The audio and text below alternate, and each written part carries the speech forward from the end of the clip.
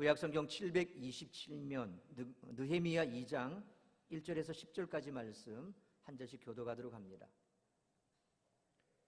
구약성경 727면 느헤미야 2장 1절에서 10절까지 말씀 우리 한 절씩 교독하도록 하겠습니다.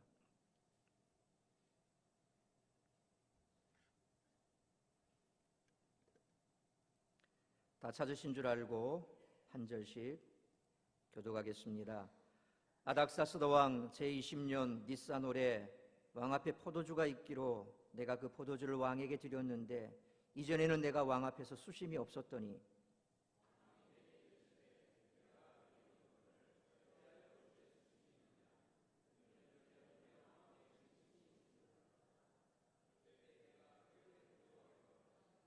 왕께 대답하되 왕은 만세수를 하옵소서. 내 조상들의 묘실에 있는 성읍이 이제까지 황폐하고 성문이 불탔사오니 내가 어찌 얼굴에 수심이 없사오리까 하니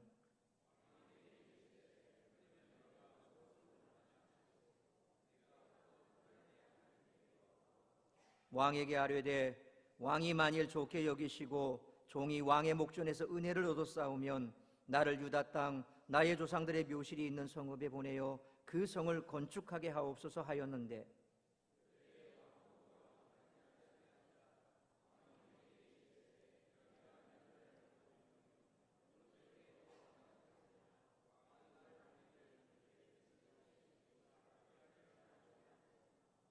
내가 또 왕에게 아뢰되 왕이 만일 좋게 여기시거든 강 서쪽 총독들에게 내리시기는 조서를 내게 주사 그들이 나를 용납하여 유다에 들어가기까지 통과하게 하시고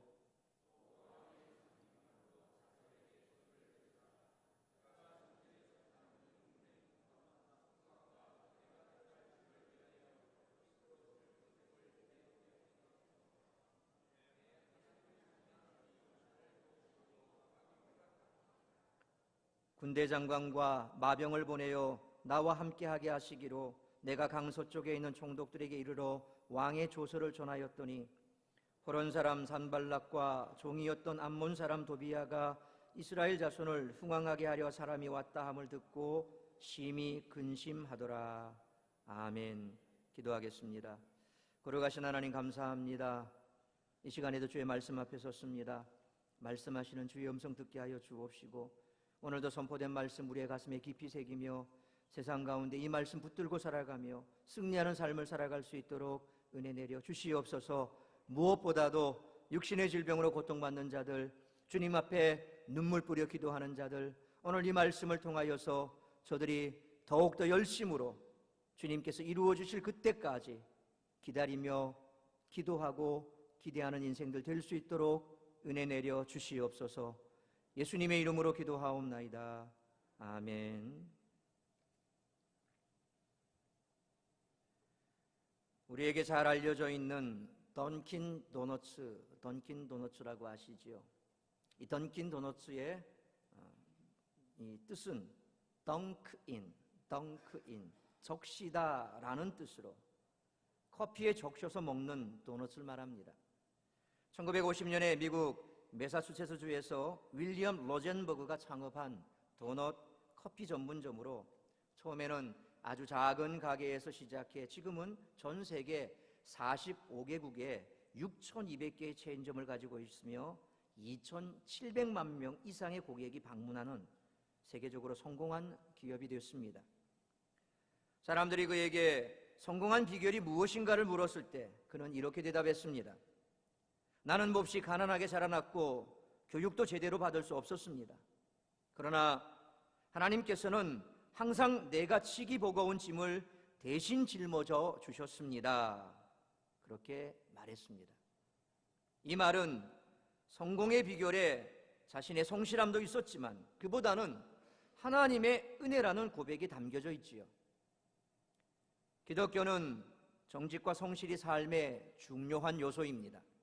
그러면서도 이것 위에 한 가지 더 강조하는 것이 있습니다. 그것은 바로 하나님의 은혜입니다. 하나님의 도우심입니다. 하나님의 손길입니다. 그래서 창세기 26장 12절로 13절에서 이렇게 말씀합니다. 우리 화면의 말씀 같이 한번 읽겠습니다. 이삭이 그 땅에서 농사하여 그 해에 100배나 얻었고 여호와께서 복을 주심으로 그 사람이 창대하고 왕성하여 마침내 거부가 되어. 어떻게 연약하고 부족한 이삭이 이렇게 창대한 축복을 누릴 수 있었을까요? 그 비결은 바로 하나님의 놀라운 은혜가 있었기 때문이라고 성경은 말씀합니다. 여호와께서 복을 주심으로 마침내 거부가 되었다라고 말씀합니다. 이스라엘 백성들이 출애굽하여 가나안을 갈 때 애굽의 바로 왕이 군사를 이끌고 쫓아옵니다. 그런데 앞에는 홍해 바다가 가로막고 있습니다. 이러지도 저러지도 못하고 두려움에 떨고 있을 때 하나님의 명령에 따라 모세가 지팡이를 바다 위로 내밀자 바다가 갈라지는 역사가 일어났습니다. 이스라엘 백성들을 사랑하시는 하나님의 은혜로 구원을 얻은 것입니다. 오늘 우리가 구원을 얻어 하나님의 백성으로 이렇게 예배할 수 있게 된 것도 하나님의 거부할 수 없는 불가항력적인 은혜인 줄 믿으시길 바랍니다. 아멘입니까? 아멘입니까? 그러므로 무너진 우리 삶의 모든 영역의 회복과 재건과 축복을 받기 위해서 우리도 하나님의 은혜가 있어야 합니다.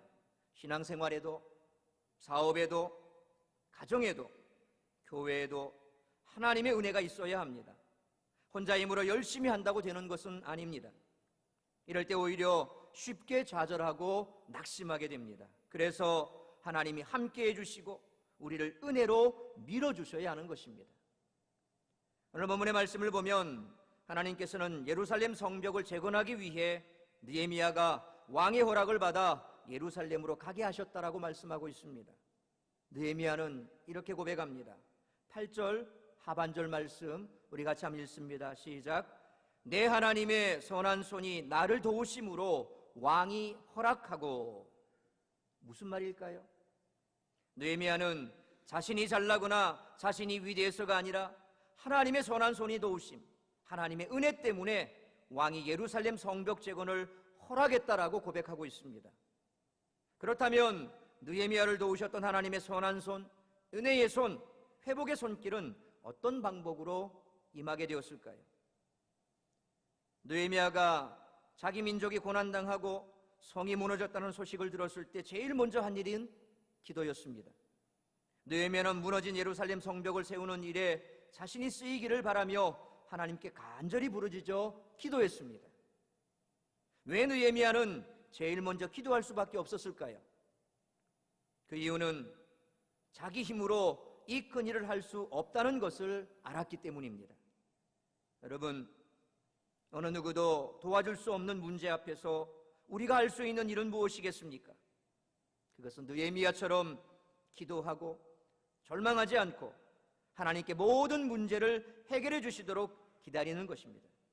다시 말하면 기도를 통하여 하나님이 움직이시도록 하는 것입니다. 기도는 하나님을 움직이는 힘이 있음을 믿으시기를 바랍니다. 아멘입니까? 지금 느헤미야는 하나님이 움직이시도록 기도하고 있습니다. 하나님을 움직이면 하나님이 사람을 움직여 주신다는 것입니다.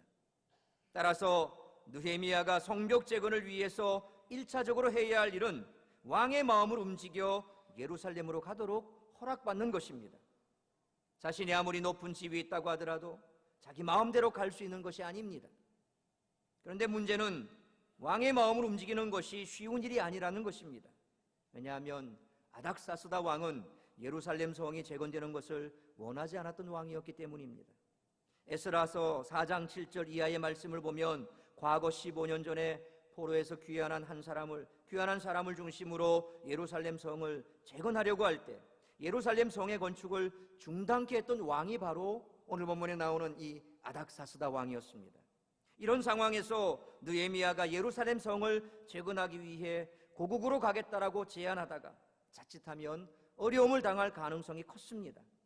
왜냐하면 지금 예루살렘 성을 다시 재건하겠다는 것은 왕이 15년 전에 했던 명령을 번복하라는 것이기 때문입니다.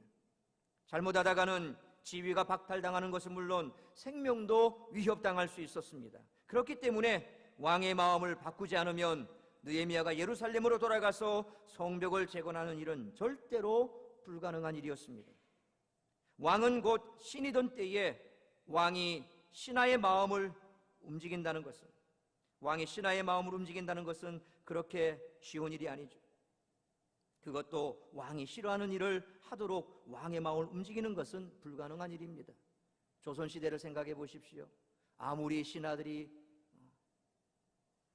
왕이시여 가난하오니 들어주옵소서, 통촉하여 주시옵소서, 그렇게 애걸복걸 하더라도 왕이 싫어하면 할 수가 없습니다.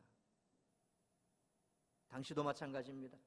아닥사스다 왕은 15년 전에 이미 성 재건을 중단시켜 버렸습니다. 그런데 지금 와서 신하가 아무리 왕의 마음에 들고 잘한다 할지라도 15년 전에 왕이 내렸던 그 명령을 다시 한번 번복해야 될 상황인데, 아무리 신하가 유능하고 똑똑하고 그렇다 할지라도 과연 왕이 신하의 말을 듣고 번복하기가 쉬운 일이겠습니까? 자신의 목숨을 내놓는다 하더라도 이루어질 수 없는 일입니다. 그러나 느헤미야는 하나님은 사람의 마음을 움직일 수 있다라고 믿었습니다. 느헤미야는 아무리 왕의 권세가 있고 또 아무리 마음이 강팍한 사람이라 할지라도 그 왕의 마음을 하나님께서 주관하신다는 것을 굳게 믿고 있었습니다. 그래서 1장 1절을 보면 느헤미야는 제일 먼저 왕의 마음을 움직여달라고 기도합니다. 우리 1장 1절 말씀 같이 한번 1장 11절 말씀 같이 읽습니다. 시작. 주여 구하오니 귀를 기울이사 종의 기도와 주의 이름을 경외하시기를 기뻐하는 종들의 기도를 들으시고 오늘 종이 형통하여 이 사람들 앞에서 은혜를 입게 하옵소서 하였더니, 인간사 아무리 어렵고 힘들어도 결국 사람의 마음을 움직이면 한순간에 모든 것이 바뀔 수 있습니다. 그런데 또 한편으로 사람의 마음처럼 복잡한 것도 없지요. 사람의 마음은 수시로 변하고 또 잘 바뀔 것 같지만 잘 바뀌지 않는 게 사람의 마음입니다. 그래서 사람의 마음은 움직이기가 어렵습니다. 느헤미야의 고백처럼 하나님의 선한 손이 도우시면 안 되는 일이 없습니다. 반대로 하나님이 돕지 않으시면 되는 일이 없습니다. 그렇기 때문에 하나님의 선한 손이 일하시도록 우리가 항상 무릎을 꿇고 기도해야 하는 것입니다. 평양신학교 교장을 지냈던 최필근 목사는 한학과 동양학은 물론 해박한 신학과 철학을 겸비한 신학자였습니다. 본래 최 목사는 철저한 유교 가정에서 자랐으며 유교 경전에 심취했습니다. 그런데 14살 되던 1898년도에 아버지가 먼저 복음을 받아들이면서 기독교로 개종했습니다. 당시 소년 최필근의 심정은 아버지를 이단에게 빼앗긴 것 같은 슬픔으로 가득했습니다. 개종한 아버지는 600여 권의 책을 쌓아놓고 공부하던 유명한 한학자셨기 때문입니다. 최필근은 그에 져서 비교 종교론 서문에서 공자에게 이렇게 하소연했습니다. 공부자님, 제 아버지는 그리스도교를 좀 알아가지고 그 종교를 공박하고 유교를 옹호하는 글을 쓰시겠다 하면서 그 경전을 보시더니 그만 불행하게도 이단에 빠졌습니다. 성인님이 이단을 공부하면 해롭다고 하신 것이 이것을 가리키심인 듯합니다. 그러나 저는 결코 성인의 도를 저버리지 않기로 맹세합니다. 그렇게 고백합니다. 그로부터 1년 후 아버지가 최필근을 부르더니 내일은 주일이니 예배당에 함께 가자 그렇게 말했습니다. 그는 피할 길이 없었습니다. 결국 눈물을 머금고 난생 처음 아버지를 따라 예배당에 갔습니다. 그날 집으로 돌아온 최필근은 공자께 다시 이렇게 호소합니다. 공부자님, 성인님께서 자식된 자의 본분을 가르치시기를 부모가 잘못하거든 간하고 간하여도 듣지 않으시거든 울면서 쫓으라고 하셨지요. 또 아버지의 도를 쫓아도 아버지가 별세한 후 3년까지는 고치지 말라고 하셨지요. 그런데 제가 이단에 빠지신 아버지께 대하여 굳세게 간하지 못하는 것은 정말 죄송합니다. 그러나 나이 어린 제가 아버지의 명령을 어기지 못하여 명일은 서양 이교 예배당으로 가게 되는 것 같습니다. 그러나 제가 결코 성인님의 도를 아주 배반한 것은 아닙니다. 아버지가 별세하신 후 3년까지는 아버지의 도를 쫓는 것처럼 하지 않을 수 없습니다. 그러면 아버지가 별세하신 후 3년상을 치르고 난 후에는 틀림없이 성인님에게로 돌아오겠습니다. 그러나 채필근은 끝내 공자한테 돌아가지 않고 목사가 됐습니다. 훗날 채필근 목사는 그에 져서 비교 종교론 서문에서 또 이렇게 말했습니다. 내가 반드시 다시 성인님에게로 돌아오겠다고 맹세했던 것을 지킬 수 없는 것이 공부자님 앞에 미안합니다. 그러나 나는 오늘날 공부자님이 계시다면 그리스도 교회에 귀의할 것이라고 믿기 때문에 안심합니다. 또 지금에 와서 내가 유교와 성인에게 대하여 건방지게 이러니 저러니 비평할 듯 말하는 것도 죄송하기는 하지만 그리스도를 위하여 하는 말인 만큼 당연하다고 생각합니다. 그리스도는 만왕의 왕이시요 만주의 주시며 만사의 사이시요 만성의 성이시니 공부자나 소크라테스나 속가모니와 같은 성인들과 철인들이라도 다 그 앞에 무릎을 꿇어야 한다고도 믿는 것이 우리 그리스도인의 신앙이기 때문입니다. 얼른 보면 이것은 독선주의와 같지만 이것은 근본적 진리가 되기 때문입니다. 그렇게 고백했습니다. 우리 주님은 만왕의 왕이시고 만주의 주시며 만사의 사라고 모든 스승의 스승이시고 만성의 성이시요 모든 성인의 성인이시고, 그러니 공자도 지금 살아계신다면 아마도 이 기독교로 개종했을 것입니다. 틀림없습니다. 내가 그랬듯이. 그러면서 모든 성인, 모든 철학인들 다 그의 앞에 무릎을 꿇어야 한다고 그는 그렇게 고백하고 있습니다. 왜냐하면 시편 기자는 시편 95편 6절로 7절에 이렇게 말씀하고 있습니다. 우리 시편 95편 6절로 7절 같이 읽습니다. 시작. 오라 우리가 굽혀 경배하며 우리를 지으신 여호와 앞에 무릎을 꿇자. 그는 우리의 하나님이시요 우리는 그가 기르시는 백성이며 그의 손이 돌보시는 양이기 때문이라. 아멘. 우리를 지으신 하나님은 무릎 꿇는 자기 백성들을 목자처럼 돌보시는 줄 믿으시길 바랍니다. 느헤미야의 기도는 하나님을 움직인 기도였음을 알 수 있습니다. 그런데 하나님을 움직인 느헤미야의 기도를 보면 지속적인 기도였습니다. 기도가 중단되지 않았다는 것입니다. 느헤미야는 예루살렘의 소식을 듣고 슬퍼하며 기도하기 시작합니다. 1장 1절에 보면 아닥사스다 왕 제20년 기슬루월에 예루살렘에 대한 소식을 듣고 기도를 시작합니다. 기슬루월은 오늘날 달력으로 치면 12월입니다. 그런데 오늘 본문 2장 1절에 보면 아닥사스다 왕 제20년 니산월이라 그랬습니다. 이 니산월은 오늘 달력으로 치면 4월달입니다. 이 말씀은 느헤미야가 이 큰 일을 위하여 4개월 동안이나 기도하면서 하나님의 때를 기다리고 있었다는 것입니다. 그렇습니다. 기도하는 사람은 기다리기를 배워야 합니다. 시편 40편 1절에 내가 여호와를 기다리고 기다렸더니 귀를 기울이사 나의 부르짖음을 들으셨도다. 그렇게 고백합니다. 느헤미야가 4개월 동안 기도하는 동안 우리가 볼 때는 아무 일도 일어나지 않은 것처럼 보이지만, 그러나 하나님께서는 하나님의 시간표에 가장 합당할 때에 응답해 주실 것을 계획하고 계셨습니다. 그러므로 우리가 포기하지 않고 기도한다면 그 기도는 하나님께서 계획하신 시간에 정확하게 응답될 줄 믿으시길 바랍니다. 아멘입니까? 아멘입니까? 따라서 우리는 기도할 때 인내가 필요합니다.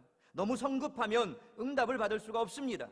하나님이 움직이실 때까지 우리는 기다려야 합니다. 그래서 하박국 선지자는 하박국 2장 3절에서 이렇게 말씀하고 있습니다. 우리 하박국 2장 3절 말씀 같이 한번 읽습니다. 이 묵시는 정한 때가 있나니 그 종말이 속히 이르겠고 결코 거짓되지 아니하리라. 비록 더딜지라도 기다리라. 지체되지 않고 반드시 응하리라. 아멘. 아멘. 정한 때가 있나니 비록 더딜지라도 기다리라. 지체되지 않고 반드시 응하리라 말씀하고 있습니다. 여러분, 어떤 사람이 기도를 지속할 수 있을까요? 어떤 사람이 하나님의 응답을 누리며 살까요? 하나님의 살아계심을 믿는 사람, 약속을 지키는 신실하신 하나님, 우리 아픔에 동참하시는 긍휼의 하나님을 믿는 믿음의 사람만이 기도를 지속할 수 있습니다. 우리들 가운데는 기도하다가 흐지부지하게 중단하거나 기도했는데도 응답이 없어서 좌절하는 사람 많지요. 여러분은 그런 경험이 없으십니까? 지금 돌이켜보니까 참 열심히 기도한 것 같은데 이제는 그 기도 제목 기도하지 않는 분, 포기하신 분, 특별히 남편이나 아내가 교회를 나오지 않습니다. 오랫동안 기도했습니다. 그런데 응답이 없습니다. 그러니 아휴, 저 인간은 하나님도 포기했는가 보다. 어쩌겠노? 안 되는 거, 인력으로 안 되는 거. 그러고 포기하신 분 계십니까? 나는 할 수 없습니다. 하나님은 아시죠. 하나님께서 때가 되면 응답해 주실 줄 믿음을 가지고 포기하지 마시고 기도하십시오. 포기를 하지 않아야지 어떻게 하면 남편의 마음을 돌이킬까 뭔가 노력을 할 거 아닙니까? 포기해버리세요. 포기해버리십시오. 저는 뭐 화상 저 안 돼. 그럼 어떻게 됩니까? 막대하지요. 신경 안 씁니다. 밥을 먹고 오든지 말든지. 술을 먹고 고주망태가 되면 아이고 저 인간 또 봐라. 저 인간 안 된다. 그러고 냅둬버리잖아요. 그런데 소망이 있으면 속은 불굴 끓어도 아이고 여보 이러면 몸 상해요. 해장국 드세요. 그래 내가 이렇게라도 해야지 저 인간이 돌아오지. 이런 기대감이 있어야지 뭔가 해줄 것 아닙니까? 포기하면 아무것도 안 하죠. 내버리죠. 하나님은 하나님의 시간표가 있습니다. 우리는 우리의 시간이 있지만 하나님은 하나님의 시간이 있습니다. 그러므로 포기하지 마십시오. 그래서 성경은 우리에게 쉬지 말고 기도하라고 말하지 않습니까? 언제까지 기도해야 됩니까? 언제까지 기도해야 됩니까? 언제까지 기도해야 됩니까? 응답될 때까지. 응답될 때까지 기도해야 됩니다. 하나님의 살아계심을 믿는 사람, 그래서 그런 사람은 응답될 때까지 기도하는 사람입니다. 또 기도의 부담감이 사라지고 마음의 평안이 올 때까지 우리는 계속해서 기도해야 됩니다. 내 마음에 올렸던 기도가 지금은 응답되지 않았지만 마음의 평안이 있습니다. 될 것 같습니다. 그런 평안이 밀려오면 기다리면 됩니다. 하나님의 때에 반드시 응답됩니다. 마음이 불안합니다. 그러면 더 기도하십시오. 평안이 올 때까지 기도하십시오. 그래서 사도 바울은 빌립보서 4장 6절로 7절에 이렇게 말씀하지 않습니까? 우리 같이 한번 읽도록 하겠습니다. 아무것도 염려하지 말고 오직 모든 일에 기도와 간구로 너희 구할 것을 감사함으로 하나님께 아뢰라. 그리하면 모든 지각에 뛰어난 하나님의 평강이 그리스도 예수 안에서 너희 마음과 생각을 지키시리라. 아멘. 감사함으로 아뢰라. 응답되지 않았는데 뭘 감사하란 말입니까? 응답된 것처럼 감사하라는 말입니다. 하나님 앞에 지금 당장 해결된 건 없지만 해결받은 것처럼 감사하는 마음으로 기도하라는 겁니다. 그러면 예수 그리스도 안에서 하나님께서 우리에게 평강을 주신다는 겁니다. 마음의 평안이 찾아오면 그것은 하나님이 때가 되면 응답해 주신다는 겁니다. 개인뿐만 아니라 하나님께서 세우신 교회 역시도 하나님께 영광을 돌려드리면서 날로 부흥하고 성장하면서 지경이 넓어지는 것, 그것이 우리 주님께서 원하시는 소원입니다. 그렇다면 지역을 섬기고 열방을 섬기는 교회로 부흥 성장하기 원하는 우리 교회 소원은 언제 이루어지게 될까요? 우리 모두가 느헤미야처럼 하나님께서 응답해 주실 때까지 간절히 부르짖어 기도할 때, 한 마음으로 무릎 꿇을 때 하나님께서는 그 기도에 응답해 주실 줄 믿습니다. 아멘입니까? 그래서 교회를 위해서 우리가 한 마음으로 기도해야 하는 것입니다. 그러므로 우리는 느헤미야처럼 우리 마음속의 소원을 하나님께서 이루어 주실 때까지 포기하지 말고 매일 하나님 앞에 나와 무릎 꿇고 간절히 기도하는 우리 모두가 될 수 있기를 주의 이름으로 축원합니다. 동영상 함께 보시겠습니다.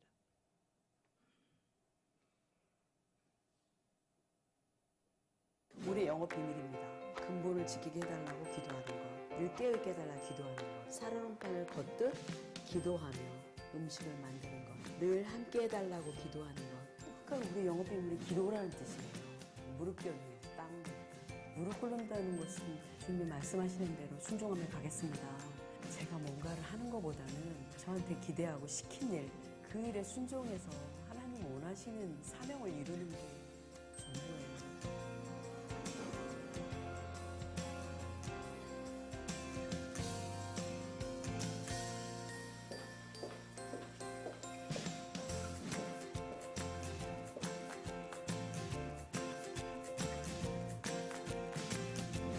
저는 무릎으로 경영하는 본죽 최복희 대표입니다. 이제 처음에는 안 돼서 기도가 필요했고 나중에는 잘 되니까 그걸 감당해야 되니까 기도 없이는 갈 수 없는 거예요. 직원들 밥 먹을 때 저는 올라가서 한두 시간씩 기도했어요. 제가 10년 정도를 본죽 기업을 세워서 올인을 했어요. 그러고 난 뒤에 저는 이제 선교사로 살고 싶고 본사 대표이사직을 내리고 월드미션 선교재단을 세워서 여기 집중하고 있죠. 지금 제가 남은 인생은 하나님을 위해서 살아야 되겠다 이런 생각을 하고 있던 차에 하나님께서 상황과 제 마음을 받으시고 그걸 열으셨어요. 잘한 선택이라고 생각합니다.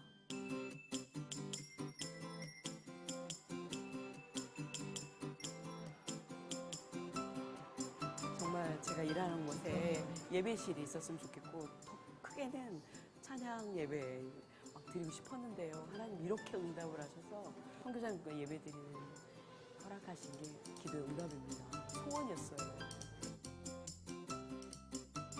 매주 수요일은 게스트하우스에 모으신 선교사님을 중심으로 선교 동행 예배가 열려요. 기도하는데 갑자기 하나님께서 선교사들의 마음을 다 보여주시는 거예요. 그 선교지에서 그 고난과 애통함을 다 보여주시는 거예요. 하나님께서 선교사를 부탁한다고. 하나님의 꿈이 회복되게 해주시는 선교사 하나님의 꿈이기 때문에 저희 기업의 브랜드, 시스템, 노하우, 물질, 사람 총동원해서 선교사님들이 선교지에서 매장을 내드려요. 선교 매장을.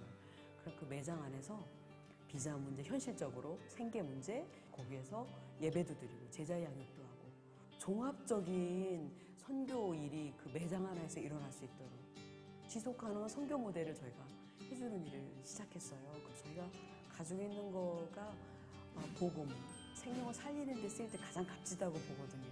저한테 허락한 모든 것, 제 생명조차도 다 총동원해서 선교 사역에 쓰이는 게 너무 감사하고 그게 제대로 쓰여서 열매까지 가기를 기도합니다. 제가 하는 일은 없어요. 하나님 시킨 일에 제가 순종하면 나머지는 하나님 사람도 붙이시고 상황도 만드시고 물질도 주시는 경험을 제가 했어요. 그러니까 제가 하려고 하지 않고 하나님이 시킨 일, 하나님이 친히 일하시고 저는 따라가며 순종하는 하나님의 사람이 되고 싶은 거죠. 딴 거 없습니다. 제가 뭔가 큰일 할 것 같진 않아요. 하나님 아시죠?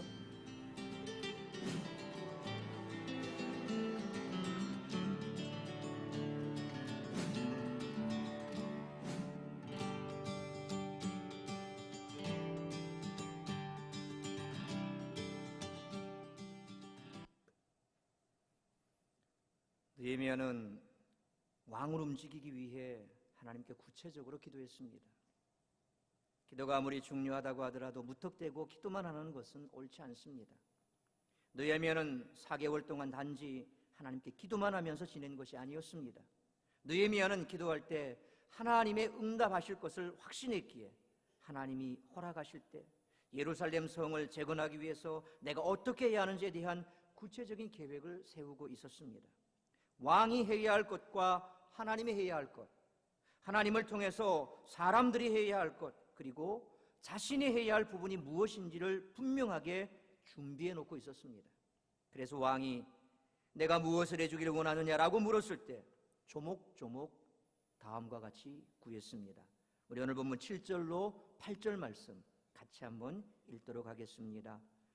내가 또 왕에게 아뢰되 왕이 만일 좋게 여기시거든 강서쪽 총독들에게 내리시는 조서를 내게 주사 그들이 나를 용납하여 유다에 들어가기까지 통과하게 하시고 또 왕의 삼림 감독 아삽에게 조서를 내리사 그가 성전에 속한 영문의 문과 성곽과 내가 들어갈 집을 위하여 들보롯을 제목을 내게 주게 하옵소서 하매 내 하나님의 선한 손이 나를 도우심으로 왕이 허락하고.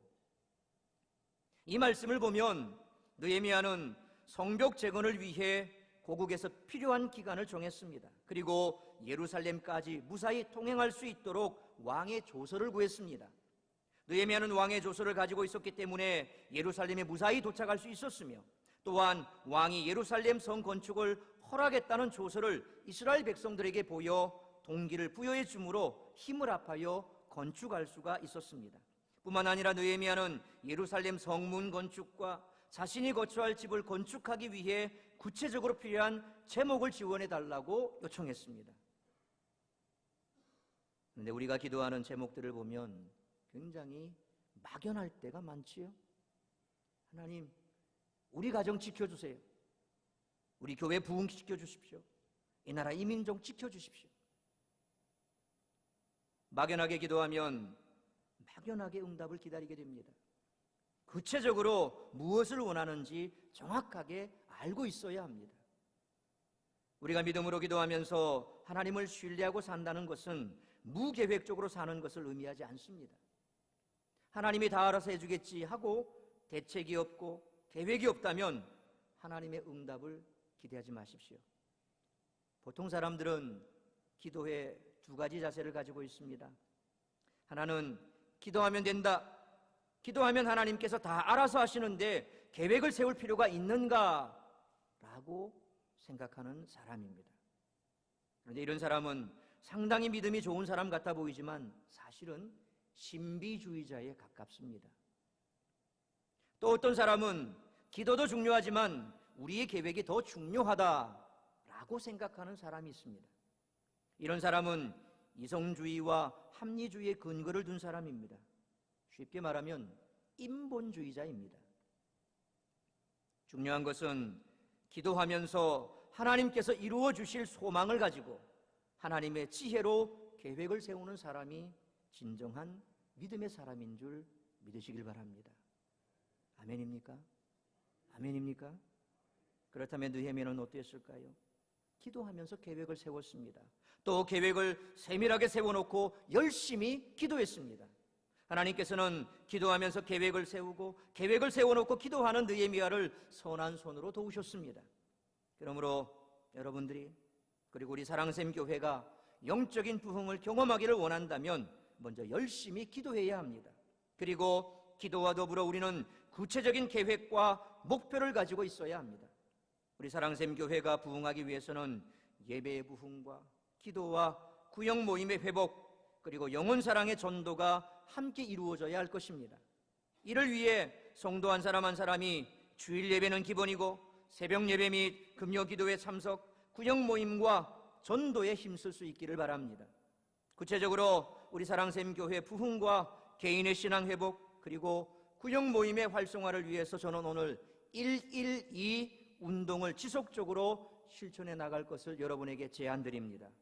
첫째로 1인 일주일 새벽 예배 2회 이상 참석합니다. 어렵나요? 저희는 새벽 예배가 2번 드려집니다. 5시가 힘드신 분 6시에서 나오라고. 그래서 새벽 5시 1부 예배, 새벽 6시 2부 예배. 어떤 분들은 절중해서 5시 반 드리면 되지 왜 2번 드리냐고 그럴 수도 있습니다. 그냥 제 고집입니다. 전통적으로 5시 저는 체질이 되어 있기 때문에 5시에 오셔야 되실 분들 있습니다. 또 꼭 5시에 드려서 새벽 예배 마치고 출근하시는 분도 있습니다. 그런 분을 위해서 5시 예배를 드립니다. 6시에는 요즘 라이프 스타일 자체가 저녁으로 많이 길어졌지요. 그러니 5시 나오기가 여간 힘든 게 아닙니다. 세수는 하고 눈곱은 떼고 나와야 될 거 아닙니까? 수시방태기 해가지고 어떻게 나옵니까? 그러니 머리라도 좀 단정해야죠. 그러려면 적어도 30분 전에는 일어나야 됩니다. 5시 나오려면요 적어도 4시에는 일어나야 됩니다. 그러니 새벽 4시에 일어나는 게 쉽습니까? 여름은 괜찮습니다. 겨울이면 그 엄동설 안에 새벽 4시에 일어나기가 쉽습니까? 어렵지요. 요즘엔 6시 예배 시작될 때 뭐 벌써 동이 터 있습니다. 훤합니다. 그럼에도 불구하고 요즘 6시 예배 얼마나 많은 분들이 나오는지 모릅니다. 시간은 중요한 게 아닙니다. 새벽을 깨워 나의 하루의 첫 시간을 하나님 앞에 드린다는 거, 그 마음이 중요한 거 아닙니까?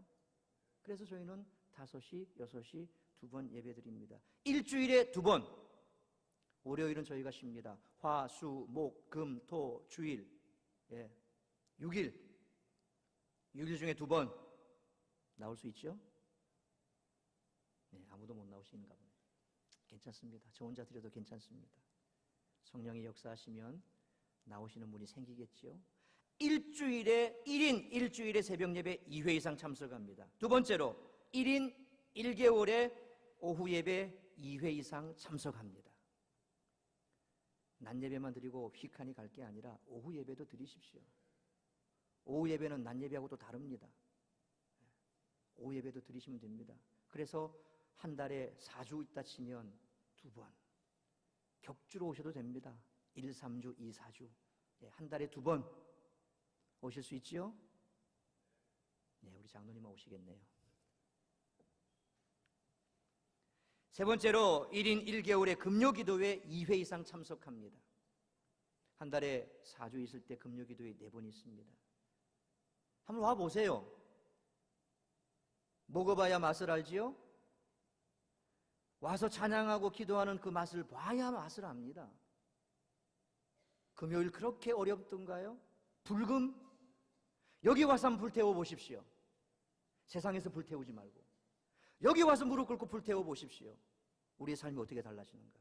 금요기도회는 저희는 딴 것 안 합니다. 찬양하고 기도하고 찬양하고 기도하고 1시간을 그렇게 합니다. 길게도 안 합니다. 제가 섬겼던 교회는 기본은 1시간 반 2시간입니다. 1시간 반 2시간을 계속해서 기도, 찬양하고 기도 인도합니다.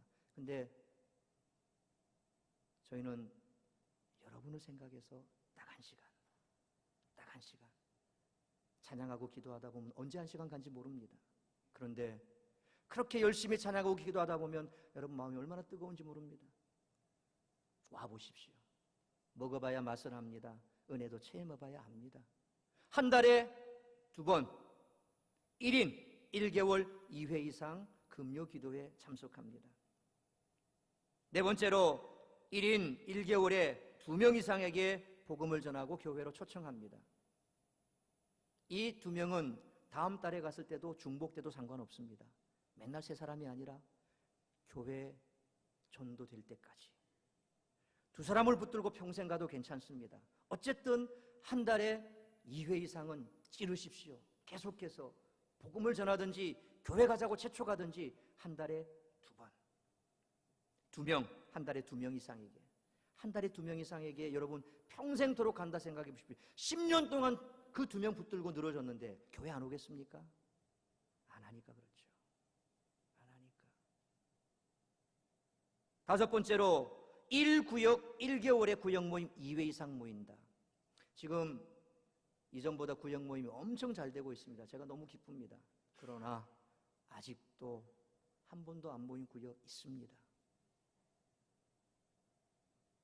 1개월에 2번만이라도 1개월에 2번만이라도 구역 모임 모여보십시오. 지난주 카톡으로 이제 구역 모임 시작하려고 합니다 라는 문자를 받았습니다. 얼마나 기쁘든지요. 네. 아마 제 마음이 주님 마음하고 똑같을 겁니다. 움직이면 됩니다. 마음 잡수고 움직이면 됩니다. 기도하시고 움직이면 됩니다. 한 구역이 1개월에 2회 이상 한번 모여보십시오. 잘 모이시는 분들은 제가 말하지 않아도 너무 감사합니다. 네. 여러분, 느헤미야가 기도하면서 구체적인 계획을 가지고 하나님의 일을 이루었듯이 우리도 열정을 가지고 실제적으로 교회 부흥을 계획하고 우리의 마음을 모은다면 하나님께서는 우리 마음의 소원을 반드시 이루어 주실 줄 믿습니다. 사랑하는 성도 여러분, 하나님의 선한 손은 하나님의 일을 하는 사람을 돕습니다. 그렇기에 우리들의 마음과 생각이 늘 하나님을 향하고 교회를 향하기를 바랍니다. 그리고 힘써 기도하되 기다리면서 계획을 세움으로 느헤미야처럼 기도하고 간구하는 모든 일들을 성취하는 우리 모두가 될 수 있기를 축원합니다.